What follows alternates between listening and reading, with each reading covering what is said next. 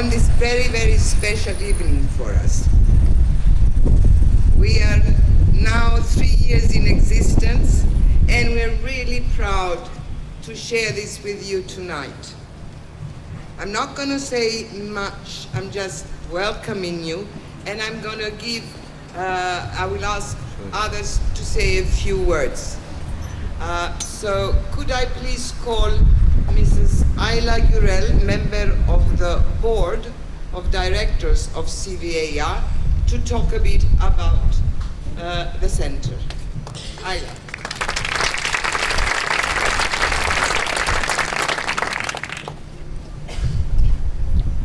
Thank you, Rita.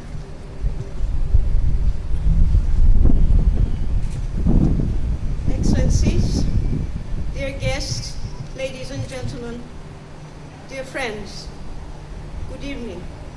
I too would like to welcome you warmly as a proud member of the board of directors of the Costas and Rita Severis Foundation, as well as an enthusiastic supporter of its Center of Visual Arts and Research, or as it's called in short, CVAR. Tonight, we have gathered here, as Rita mentioned, to celebrate CVAR's winning of the Grand Prix in education, training and awareness raising as part of the 2017 European Union Prize for Cultural Heritage Europa Nostra Awards. It's almost 3 years. In fact, it's going to be exactly 3 years tomorrow since the Severis Foundation opened CVAR in this building on the historic Ermus Street of Nicosia, a place, as some of you will probably remember, that was once the well-known multi-communal, multicultural, commercial hub and heart of Nicosia, which sadly after 1963 faded into oblivion due to division and neglect, but which in recent years happily appears to be on the road to recovery again, at least partially, with a lot of potential still awaiting to be tapped into. This building was once an old Ottoman han, an inn, which was later used as a flour mill and which the Severis Foundation eventually acquired and transformed into its present form. The foundation itself has actually been around since 1999, organizing various cultural and educational events, such as lectures, cultural heritage tours, street dancing and opera events, etc., while promoting at the same time research and scholarship in Cyprus. In 2013, it began implementing, together with the USAID, along with Turkish Cypriot University Women's Association and the NGO Support Center, an initiative called Sharing History, Art, Research and Education, or SHARE for short, which is aimed at providing a common platform for the exploration of the island's cultural heritage by means of visual and creative arts, through which to increase the potential for peaceful coexistence on our island of Cyprus, and at the same time serve as a model for promoting and expanding by communal activity via local people and communities, local private sector business, non-governmental organizations, and leading local and international institutions. The Foundation's Center of Visual Arts and Research was inaugurated in earnest, as I said earlier, on 15 September 2014. The Costas and Rita Severis collections, which CVAR hosts, include over 1,500 works of art by artists traveling to Cyprus during the 18th, 19th, and 20th centuries.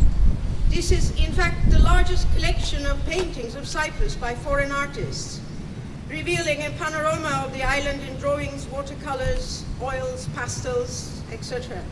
The center also comprises hundreds of Cypriot memorabilia, Cypriot costumes from the 18th to 20th centuries. These collections together tell the story of a common cultural heritage shared by all Cypriots. CVAR houses a research center too, with a library of thousands of Cyprus-related books, particularly about history, travel, and art.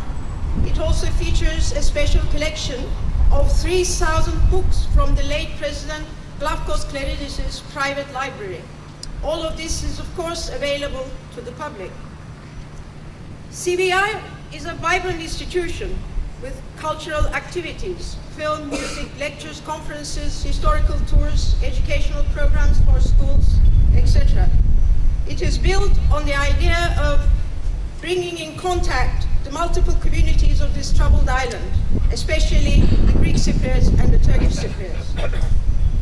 All of this is based on the idea of respect towards each other and for the island's shared history, on the belief that cultivation of such respect would help advance Cyprus a little bit closer to peaceful coexistence and reconciliation.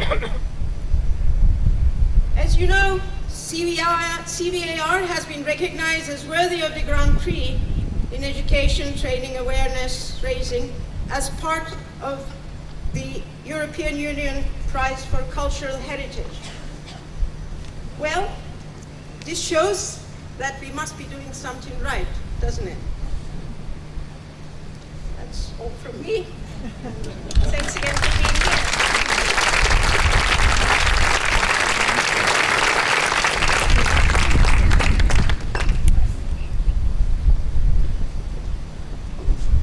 Representatives of our major donors of two countries that really helped to restore the old Han, or rather I should say the old industrial mill, are here with us tonight. The EEA Norway grants helped a lot, as did USAID. The Norwegian ambassador unfortunately could not travel from Athens to Cyprus to be with us tonight, but we have a representative, Mrs. Christina Sortina, who came specially to share this evening with us and would like to say a few words. Thank you, Ayla.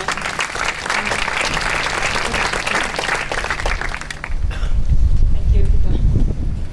It is with great pleasure that I'm here tonight, representing the Norwegian Embassy. It's my first time to the center, and I had the pleasure and honor to be guided by Mr. Costas Severis at this fantastic center. So this was really my pleasure. 3 years since its opening, the CVAR has become one of the most important cultural hubs in Cyprus, providing to multi-ethnic and bi-communal visitors with many cultural and interactive educational experiences regarding Cyprus history and contributing to the building of bridges for a common future for the people of the island.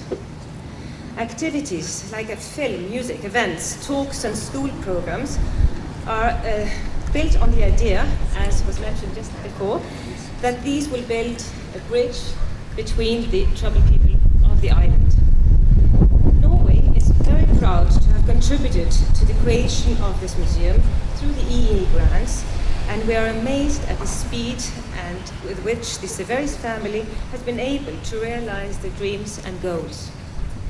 The fact that the Centre is this year's winner of the Grand Prix of the EU Prize for Cultural Heritage in Education, Training and Awareness Raising is a proof of this. We are very happy that the Centre has been honoured with this distinguished award, and to Costas and Rita Severis and all of the team at the Centre, congratulations from us.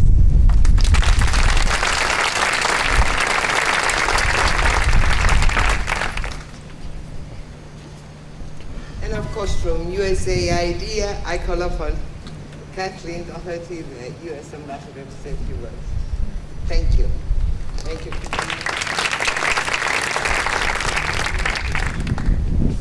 Good evening, everyone. It's great to see so many people here.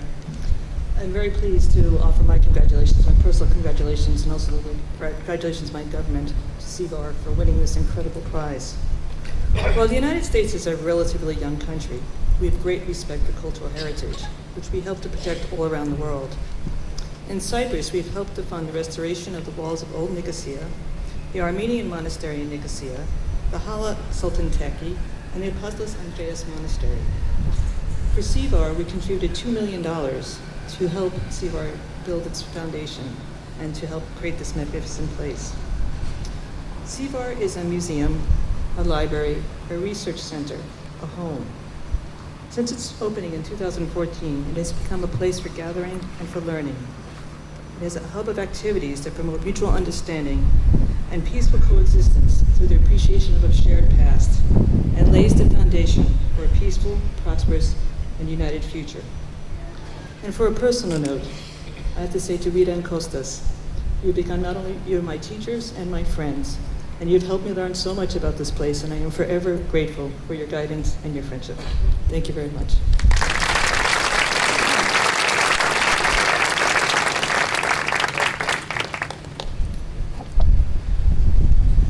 And now may I call upon this General Secretary of Europa Nostra, Mrs. Sneska Mihailovic, to say a few words.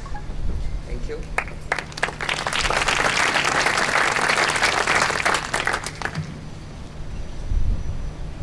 Ministers, Excellencies, dear Rita and Costas Severis, dear colleagues and friends. I must say that each time that I arrive in Cyprus, I feel like I'm coming back home. Because Europa Nostra is at home in Cyprus, and because it is always a joy to meet here members of our extended European family of generous and passionate advocates of Europe's cultural heritage. Last time I came to Nicosia was 2 years ago to honor the exemplary restoration of the Armenian church, locating very near from here, but on the other side of the buffer zone of Nicosia. Today, we are gathered on this side of the buffer zone for the joyous occasion of celebrating, I have now just learned, on the eve of the 3rd anniversary of this center, a Grand Prix of the 2017 European Union Prize for Cultural Heritage Europa Nostra Awards in the category Education, Training and Awareness Raising.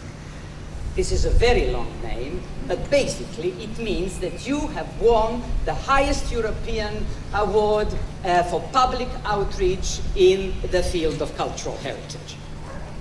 Let me therefore start by thanking, and I'm doing that also on behalf of the European Commission and European Union, thanking and congratulating our main hosts, Rita and Costas Severis, who have dedicated big parts of their life to help the new generations of Cypriots, not only to become aware of their rich and shared heritage, but also to fall in love with this heritage. Welcome, therefore, to Europa Nostra ever-growing family of heritage heroes. Your awarded project has such a strong symbolic value for Cyprus and for Europe as a whole. It uses works of art, photographs, books and cultural objects to revive the memory of a long period of peaceful coexistence between different ethnic and religious communities in Cyprus. And it also seeks to develop and promote creative community projects to build a better future for all. The history and the location of this building perfectly underpin the spirit behind the creation of the Center of Visual Arts and Research. We have just heard it started its life as an Ottoman inn, was subsequently transformed into a flour mill, and now it has found new use and new meaning as a museum of shared heritage for all Cypriots. As for the location of this building, it could not have been more symbolic. Here we find ourselves literally by the Green Line. What a poetic name for such a cruel reality. Should we not rather call it a heartbreaking line that divides the historic center and the inhabitants of Nicosia in two parts? Here we can feel and touch the wall, not only the tangible one, but also the intangible walls which still remain in the minds of too many inhabitants and some of their politicians of this beautiful ancient island. How very appropriate, therefore, to use this very location for the home of the priceless private collection created by Rita and Costas Severis, and for a bold and visionary cultural institution dedicated to rediscovering your shared past and for rebuilding bridges between communities and citizens of Cyprus. This is, of course, a very fitting occasion to say a big thank you also to all those who have believed in Rita's and Costas' vision and who have supported them. First of all, the board members, and we have just heard one of them greeting us here, and all supporters of your foundation. And also to thank the important international bodies whose funding has made the creation of this wonderful center possible. USAID, European Economic Area Norway grants, UNDP Act, and the Minimis program run by the government of Cyprus. The relevance and impact of this center is therefore yet another proof of the merits of public-private partnership and also about the added value of international cooperation, both bilateral and multilateral. And let me extend special greetings to representatives of the US and Norway government who just addressed us, and of course to the representatives of the government of Cyprus who are here with us. Thank you for all what you have done to help this project, and help you for what you will do to help it in the future. My words of praise and thanks are extended to you on behalf of the entire Europa Nostra family, but also on behalf of our president, Maestro Placido Domingo, who was thrilled to announce last May in Turku that the Grand Prix in this category goes to Cyprus. Costas Severis can confirm this. But since we have the Finnish ambassador here with us, I would like just to greet you also. Turku, extraordinary opportunity for all of us. We enjoyed it, and the ceremony in the St. Michael's Church was a very, very memorable one, and I'm glad I can't see him now. Yes, there is even one winner, and another winner who traveled from Istanbul here to be, and this is the architect of the very extraordinary project, the restoration of the Kurich Ali Pasha Hammam in Istanbul, and wonderful that you came here to Nicosia for this special occasion. So,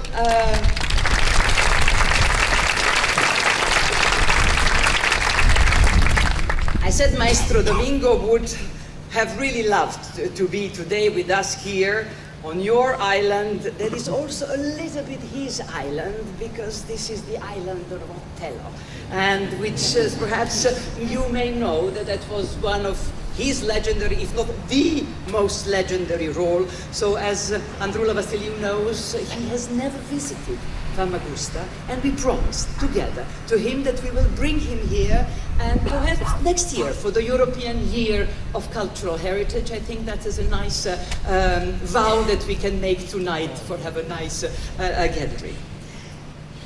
I always like to call Europa Nostra a big family, and many of you are already member of that family.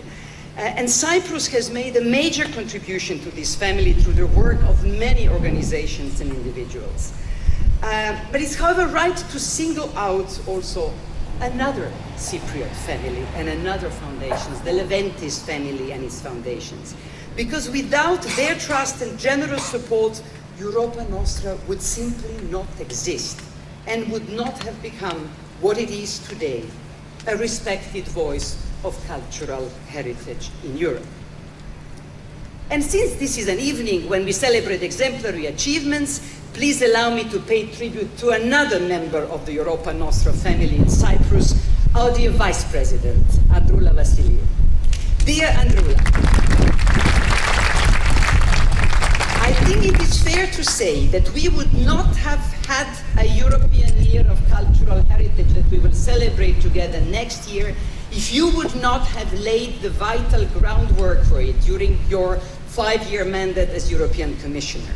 It is thanks to your leadership and hard work that the European Union has developed an integrated strategy for cultural heritage.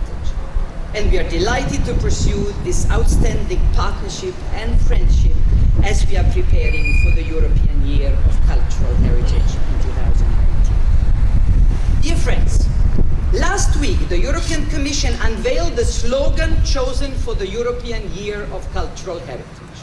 And the slogan says, "Our heritage where the past meets the future." How very fitting. Europe is indeed a continent where the past meets the future. Cyprus is an island where the past meets the future. And this center is definitely a home for creative encounters where the past meets the future. this European year is indeed a formidable opportunity for us all. We were very glad that this view is shared by President Juncker, President of the European Commission, who 2 days ago made a forceful State of the Union speech at the European Parliament in Strasbourg, outlining his vision for the future of Europe. The mission and the work of the Center of Visual Arts and Research also perfectly contribute to the ambition of the European Cultural Heritage Summit, which Europa Nostra will organize in June 2018 in Berlin. And it's perfectly in tune with the motto, sharing heritage, sharing values. And I hope that many of you will come to Berlin for that summit. What you have done, and what you have in fact managed here in a relatively short period of time, is to give back hope by providing such an inspiring setting for Greek Cypriot and Turkish Cypriot communities and children, and not only these communities, I know that you involve all the other communities living in Cyprus. And you brought them together to learn, to dance, to cook, and even to play football together, that's what I understand. And also you invited them to travel across border lines, both physically and mentally. And that is precisely what the European Year of Cultural Heritage should be about. It should create opportunities for new initiatives, new encounters, new narratives which show how our heritage and our destinies in Europe are intertwined and how much they have inspired and enriched each other. Finally, we must use the European year to develop much stronger synergy between us all. So many organizations, public and private, are active in the wider field of heritage. But we are, however, still too fragmented. We have to join forces. And Europa Nostra, therefore, has the ambition to serve as a dynamic interface between European citizens and their numerous heritage NGOs, the world of European institutions, and also the world of businesses, and last but not least, private foundations like the Severis Foundation. Dear friends, exactly 1 week ago, French President Emmanuel Macron made a moving and visionary speech at another symbolic heritage location in Europe, the Pnika in Athens. President Macron dedicated his entire speech to our Europe, and he urged our generation to rethink and reinvent the European project with imagination and audacity, among others by putting our shared culture and cultural heritage at the very heart of this project. Recommençons aussi par la culture, he said. Let us also restart through culture. Why? Because it is only through culture that we shall be able to restore trust among the citizens, the people, and the countries of Europe. President Macron therefore launched the idea of organizing in Athens a true European Convention for Cultural Heritage, which of course fully coincides with the objectives of the European Year of Cultural Heritage. As you can imagine, the Athens speech of President Macron was music to the ears of Europa Nostra. And I'm delighted that I think he perhaps left, but the French ambassador was here. I will send him the copy of my speech. We shall indeed make sure that civil society organizations are duly involved in such a major initiative. And we shall do our utmost to encourage other European leaders, including here in Cyprus, to contribute to the necessary mobilization for Europe of culture and cultural heritage. And to end, let me share one of my boldest dreams for the European Year of Cultural Heritage. To organize, together with all of you, a major bridge-building heritage event in Nicosia, but not at one or the other sides of the buffer zone, but rather inside the buffer zone. Let us demonstrate,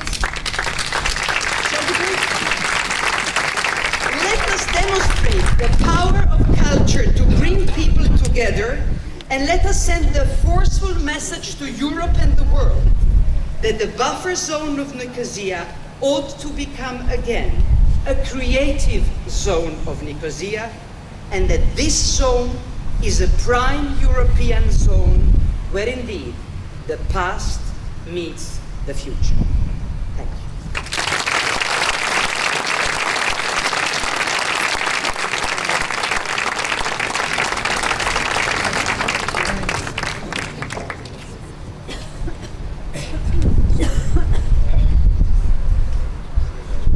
Dear Śnieżka, thank you very much for a very, very inspiring speech. Will the Minister of Education and Culture say a few words to us? Thank you.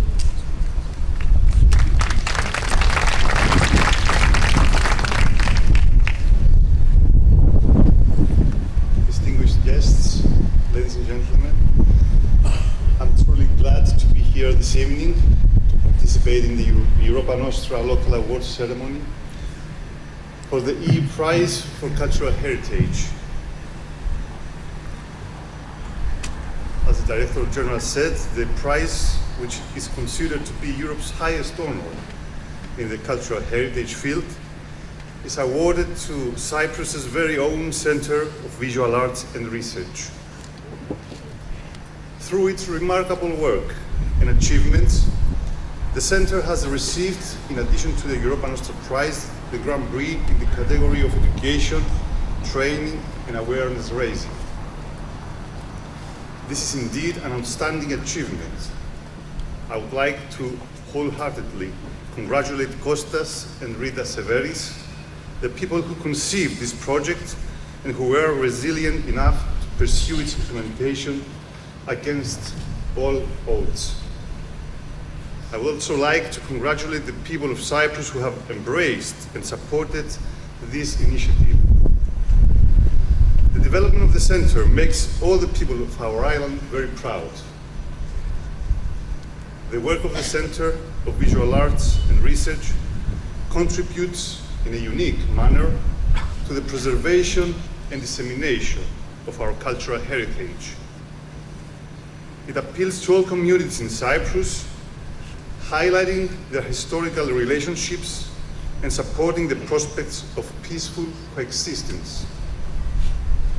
The way in which the Center has been restored, as well as its mode of operation, render it an invaluable treasure both for our island and its people and for Europe as a whole. Today, with Europe and Cyprus facing many societal challenges, culture is vital in helping us raise awareness of our shared history and values and in fostering tolerance, mutual understanding, and social inclusion. The Ministry of Education and Culture recognizes the need to develop attitudes and behaviors that promote a culture of peace. During the past years, the Ministry set specific goals in that direction and implemented a number of actions aiming to eradicate racism and intolerance and promote equality among people regardless of their ethnic, linguistic, or cultural background. Several of these actions are being implemented by our schools, seeking to develop a culture of peace, whereas a number of actions are linked more directly to the peaceful coexistence between Greek Cypriots and Turkish Cypriots.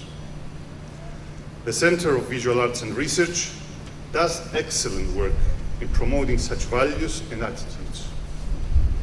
Many students have already benefited from visits to the center, and I am sure this will continue in the following years. The Ministry will remain a staunch supporter of the center's work, and I'm confident that the center will continue to thrive and further establish itself in the hearts of the people of Cyprus. Thank you.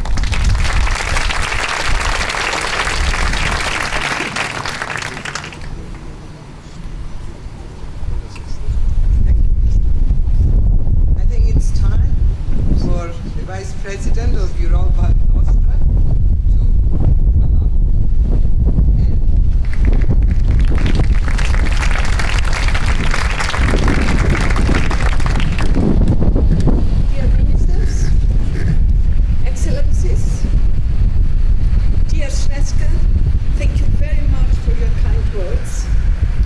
very well how much I appreciate not only our cooperation, but our real friendship that was created out of it. Ladies and gentlemen, dear friends, in my capacity as EU Commissioner responsible for culture and the European program Creative Europe, I had the pleasure to participate and hand over, together with the President of Europa Nostra, Maestro Placido Domingo, to hundreds of winners from across the 37 participating European countries, the European Prizes for Cultural Heritage, the Europa Nostra Awards, in all the different categories.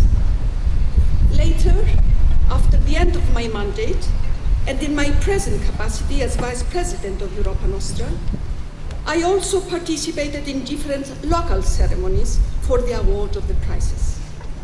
I was always extremely happy to share the joy of the winners who worked hard and contributed in the preservation, in raising awareness and the promotion of the highest richness of Europe, its cultural heritage. However, today, standing before you for the award of today's Grand Prix, I must make a confession. I was especially proud when the award was given to two women from Cyprus, a Greek Cypriot and a Turkish Cypriot, back in 2010, for the research their team carried out for the buffer zone of Nicosia. Later, in 2013, for the award of the prize to the Home of Cooperation in Nicosia. And today, for the award of the highest prize, the Grand Prix, to the Center of Visual Arts and Research, which I am very proud to serve now as one of the members of its Board of Trustees. The reason for this special feeling of pride is not due to nationalistic grounds, but it is due to my deep belief and desire for peaceful cooperation among the two communities of Cyprus, and my ambition for the eventual reunification of our country. All these three winning projects in different categories: research, the first one, conservation, and now education, training, and awareness raising, serve exactly this purpose: to give the members of the two communities of Cyprus the opportunity to cooperate and to appreciate each other, as well as their common cultural heritage. As you have heard this year, no, you haven't heard, I thought that Sneska was going to mention that, but this year we had 202 applications from 39 countries, because it's not only the member countries of the EU, but the grand European family that is participating. So we had 202 applications from 39 countries.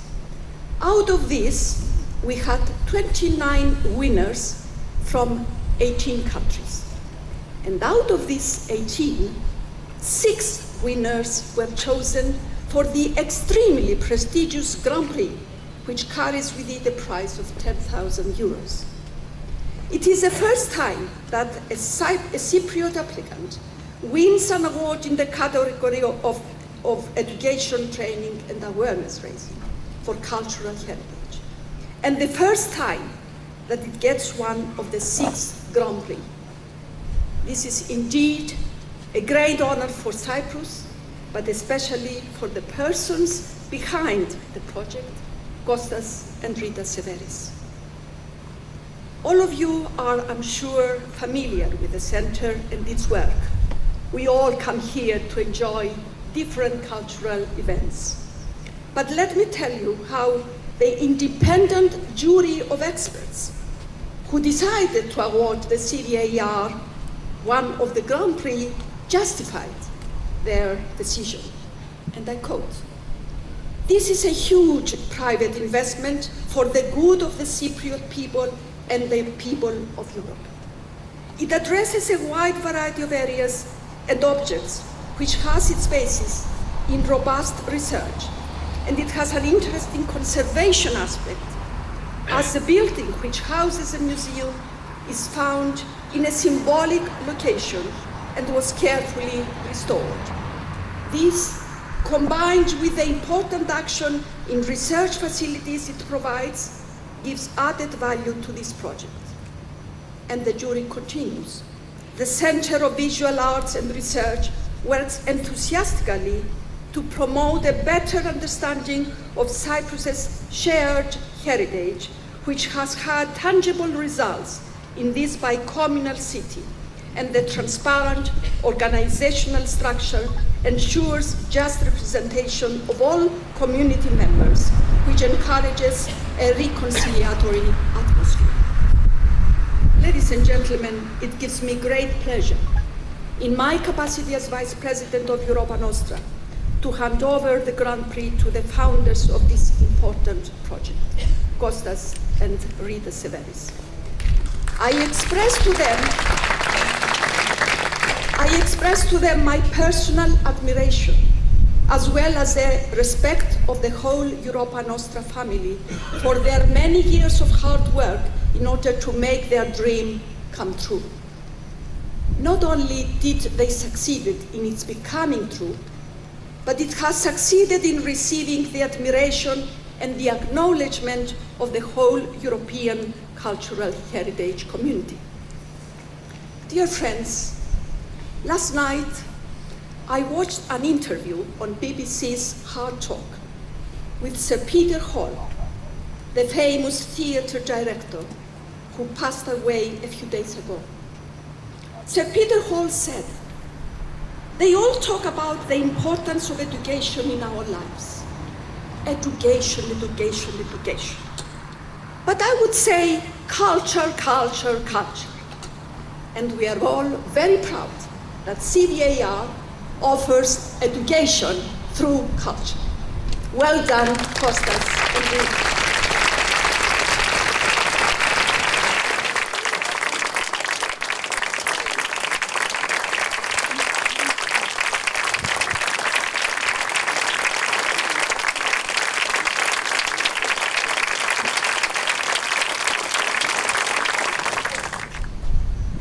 Excellencies, Ministers of Foreign Affairs and Education, dear Andrulla, dear Shneska, dear friends, I'm really overwhelmed with the kind words, and at the same time I feel extremely happy and proud, because our project, with a life of only 3 years, has been deemed worthy to be included in Europe's highest cultural awards for 2017, the Europa Nostra EU Awards, and in addition to be singled out as one of the 7 Grand Prix, the first time in Cyprus. It hasn't been an easy task. After managing to get part of the finances for the renovation of the building in place with the help of USAID and EEA Norway grants, we signed the agreement with the contractor for the restoration of the building in early March 2013. At the end of the same month, March 2013, as you may recall, financial catastrophe struck our country, and our family has been one of the most affected. 3 years ago, to the day, tomorrow, the Center of Visual Arts and Research opened its doors and started its work for peace and reconciliation, underlining our common cultural heritage, emphasizing what unites and not what divides Greek Cypriots and Turkish Cypriots, and all other communities in Cyprus. It has been a great challenge, and we were, as far as the operating expenses of the CVAR are concerned, basically on our own. We had, however, support from OPAP, the Bank of Cyprus Cultural Foundation, the Cooperative Central Bank, our accountants, Ernst & Young, all of which we thank warmly. And just this very week, we have had a government grant for which we have been pursuing for some time. I would like to thank the Minister of Education, who has been extremely helpful in this respect. I would like with this to emphasize the plight of private museums in Cyprus, If we want a culturally rich life, the private sector should be encouraged to create and participate, and not to be abandoned on its own devices. It's not an easy task for any government encouraging culture, but I think it should be pursued. But our greatest support and asset, of course, are our own people. The center was received with enthusiasm from day one, and our policy has been to involve our supporters as much as possible in our activities. Since the beginning, we have been surrounded, literally surrounded, by people who wanted to help as volunteers, and their contribution to what has been achieved has been immense. I would like to start by thanking certain people who have contributed with us today. We start with the two main sponsors for the renovation of the building, USA and EEA Norway grants, our board of directors and our permanent staff.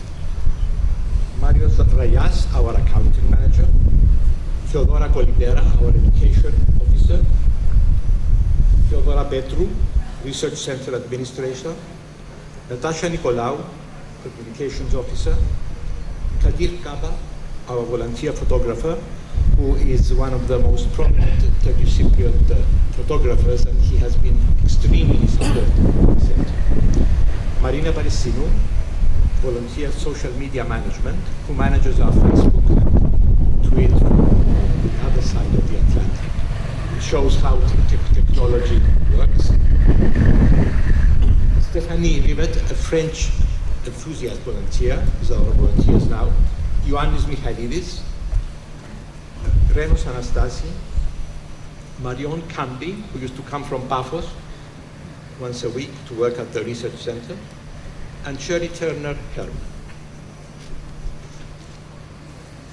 At the inauguration of 2014, I finished my speech by saying that, quote, "What you are about to see is the result of Rita's vision and hard work," unquote. That moment was by no means the end of hard work. It was only the beginning. Since then, as you all know, for Rita, the project has become the project of her life. This wonderful award is the result of her passion, her vision, her knowledge, and her incredible hard work. You can't imagine what hard work she put in. As well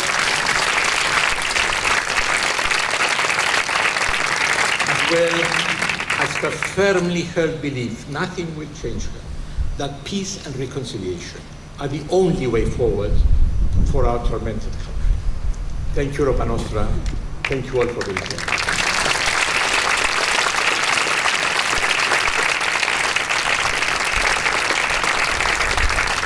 This is not a speech. This is an introduction to what follows. Following last year's very successful event of Here Come the Brides, this year we decided to present Undress the Bride, the Cypriot underwear. And guess what? The underwear is a common denominator of all the communities on the island. Greek and Turkish Cypriots, Maronites and Armenians wore the same thing under their skirts. I wonder how we can build on this. Before I proceed, I would like to thank all the schools who came to help. The English School of Karinia, the Ecole Franco-Chypriot, the Palouriotis Lyceum, the American Academy, and all those girls who came independently to participate. A big thank you to our volunteers, Marina Barissinu, Kadir Kaba, and Anna Mandis, our very own Oyakin, Christina Marujo, Eileen Andreu, and an even bigger thank you to the Bank of Cyprus Cultural Foundation for their cooperation in this special event. The Maronite community, Mrs. Evanthia Sergides, Cleopatra Sofianou, and Despo Poliviou, were kind enough to lend us underwear of the 19th century. We're very grateful. So, Did women always wear undergarments? You would be surprised. Let us walk down memory lane. What was the first ever form of underwear? The fig leaf. Adam and Eve used it as symbol of a lost paradise or a human conscience. In antiquity, Greek and Roman women wore the apodesmes, red strips of cloth first under the breast and then covering them and flattening them so as to prevent movement while walking. They wore a loincloth around their loin. It is believed that as time went by, women wore nothing under their clothes, until recently, when under the floorboards of an Austrian castle, bras and underwear were discovered dating to the 15th century. Since the 16th century and all the way to the 19th century, panties were crotchless. There was a purposeful opening from the thigh all the way up to the waist to facilitate matters over the chamber pot and for ventilation, regarded to be necessary for health reasons.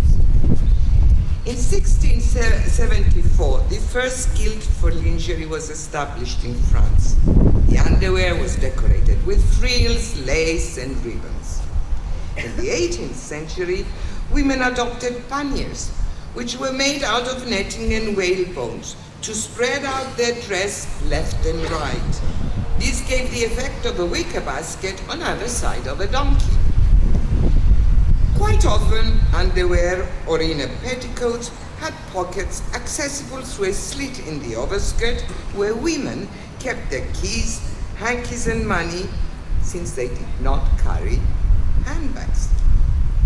And then, at the end of the 18th century, we had the appearance of the crinoline. It made the skirt of the dress look wide and luxurious and demanded space for the woman who was passing by. Corsets came to complement the crinoline. Corsets narrowed and squeezed the upper part of the body, making the lower part looking more plethoric and wide.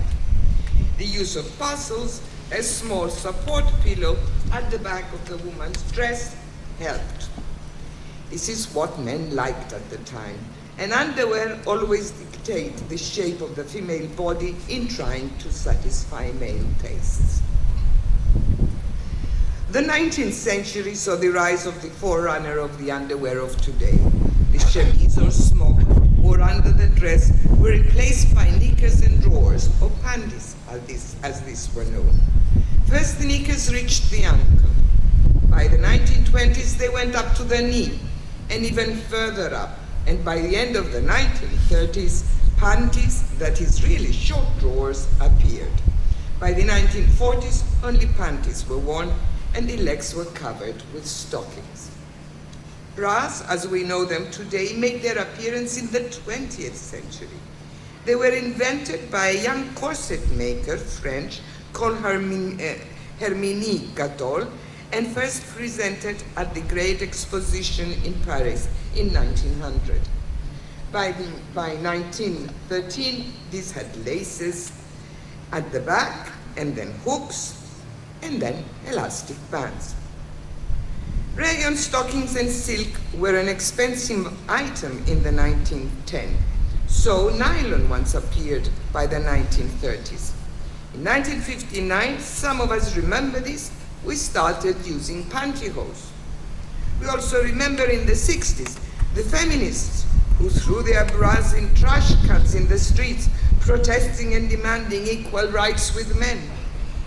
Only some decades back, though, women got rid of pantaloons and knickers, replacing them with bras and sleeves. And then the modern feminists want to get rid of all form of bodily constraints. Well, we're gonna get a taste of what you heard in a while with the help of some students of the schools I mentioned. Thank you very much.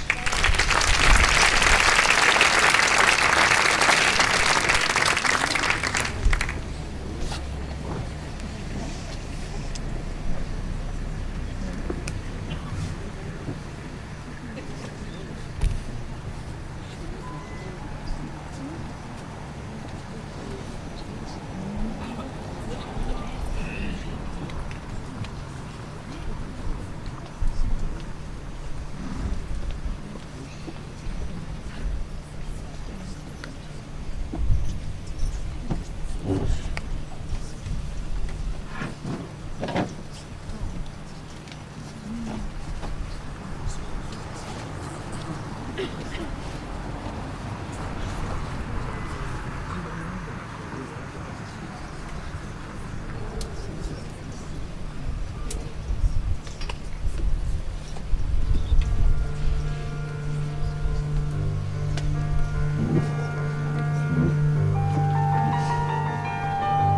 the 18th century, women in Cyprus and in the villages of Troodos wore under their garments thick petticoats made of wool and linen. The material was woven on the loom and then hand-stitched. The petticoats were part of a girl's dowry. In the urban areas, these petticoats were made of cotton and of silk. After all, Cyprus was famous for both of these products.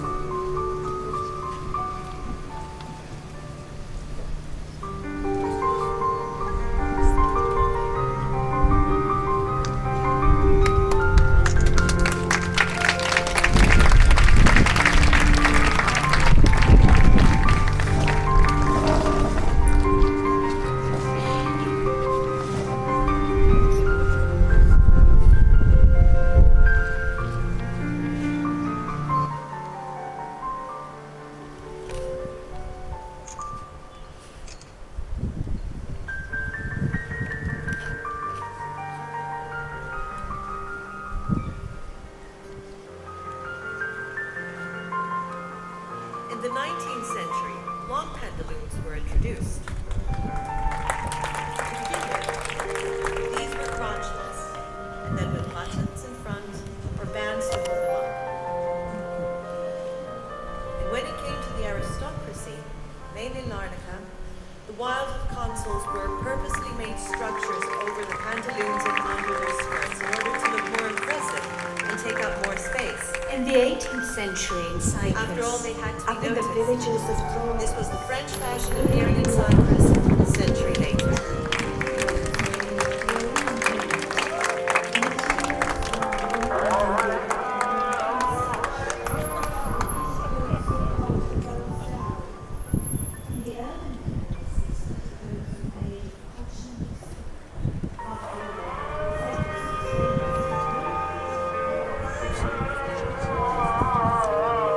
Over the pantaloons, or fracca as it was commonly known, women still wore the petticoat.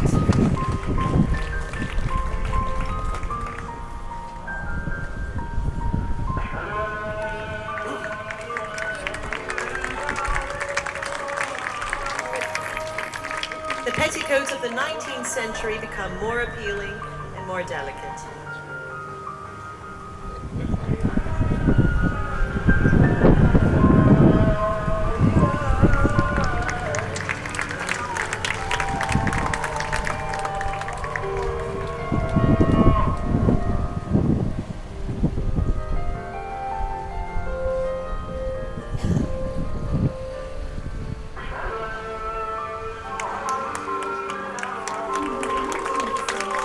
Silk was the most preferred material for brides on wedding nights.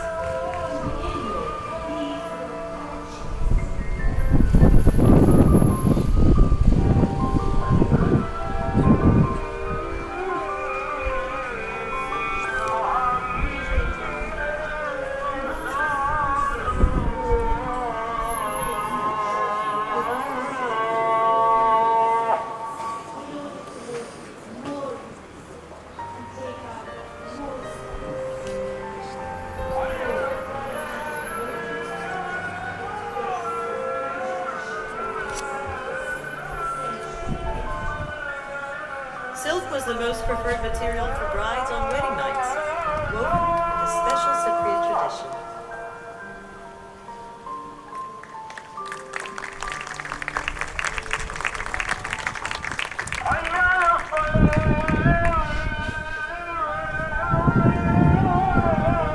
You can see how these looked in the middle of the 19th century, decorated with handmade lace.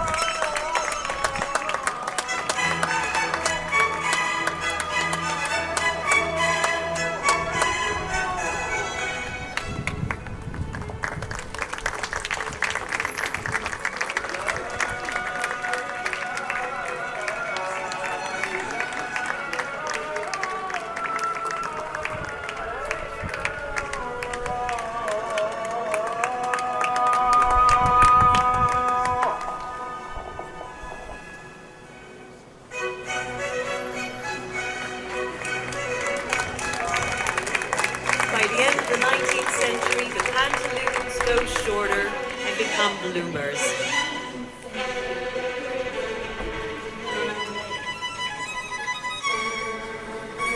The village bloomers are playing in a thin linen.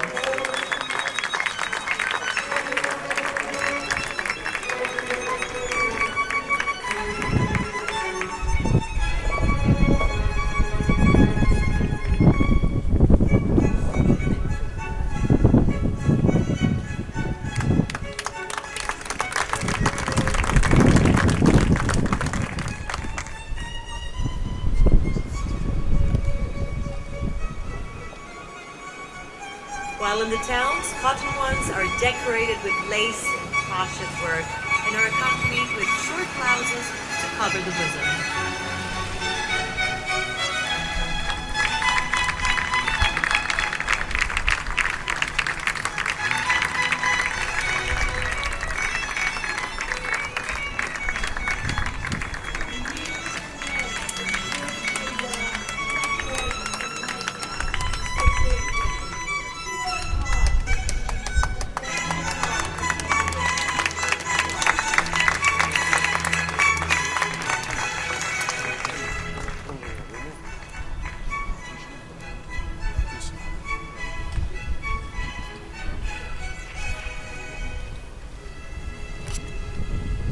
Fashion gathers followers all over the world, and Cyprus follows suit.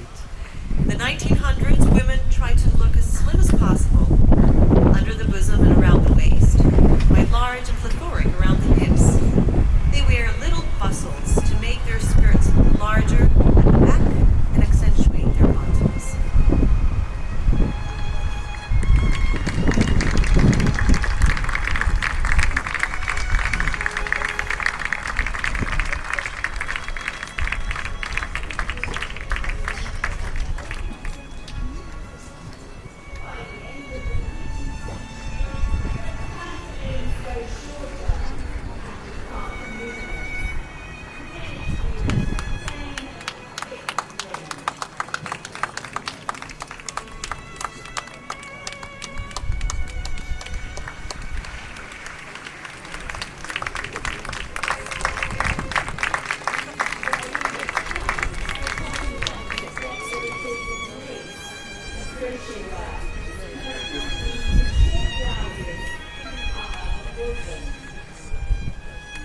And then the crinoline appears, worn under dresses and skirts, giving women a majestic look.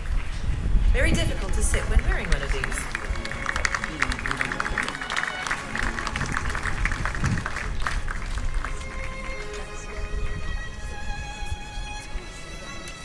In the 1920s, the bloomers go shorter, exposing most of the thigh, but not a lot as yet.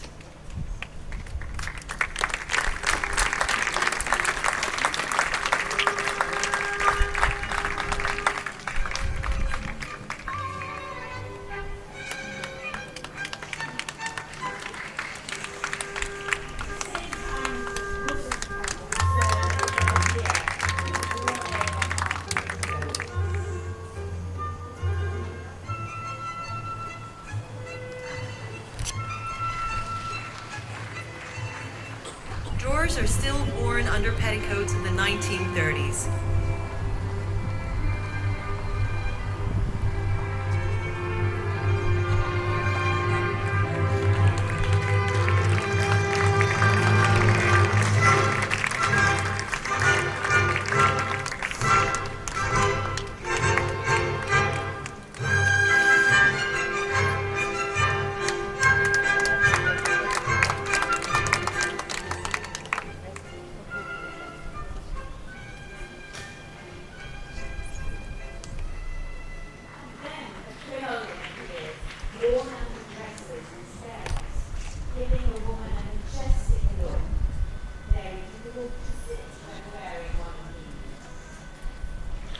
These come in various colors now, in thin, delicate material to cover delicate feminine skin.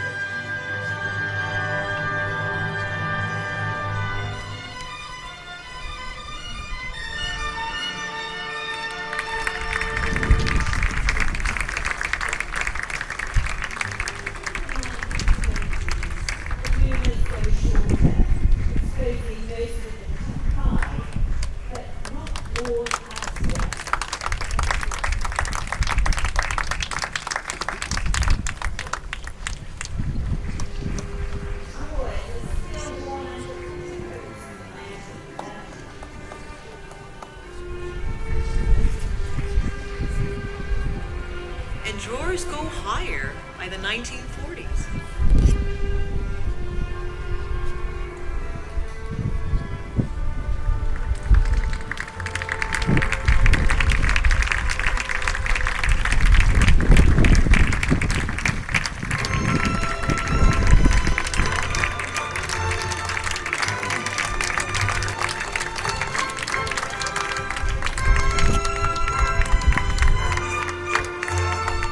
Petticoats are made of thin material, various colors, but rather plain, with narrow bands to hold them over the shoulders.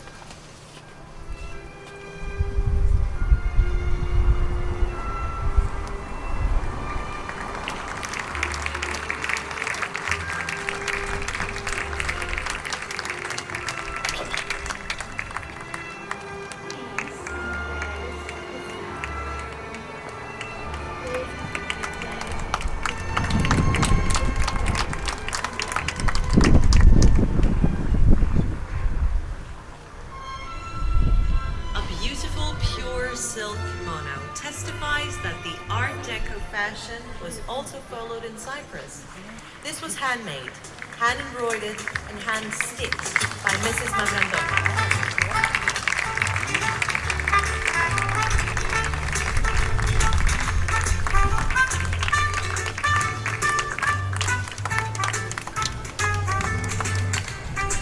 Women in the 1940s have to look composed.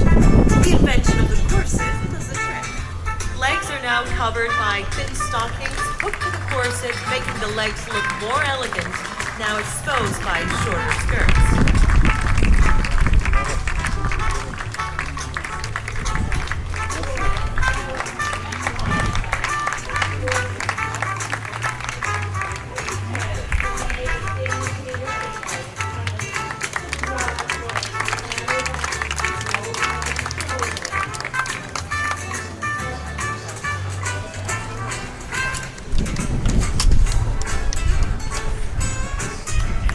The night dresses of the 1950s are long and embroidered or have lace appliques to make women look more feminine.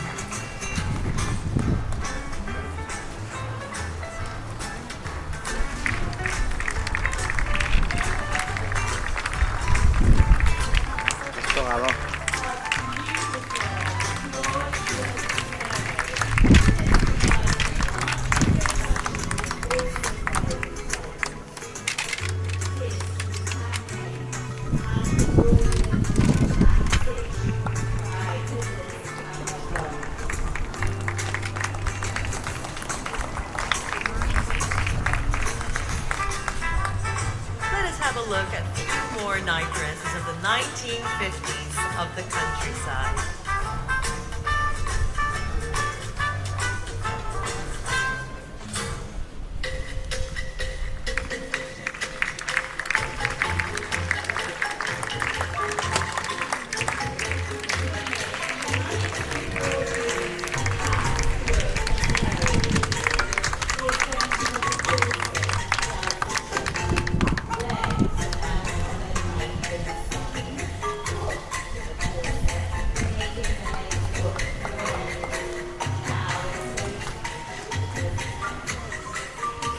By the 1960s, petticoats are sheer delight.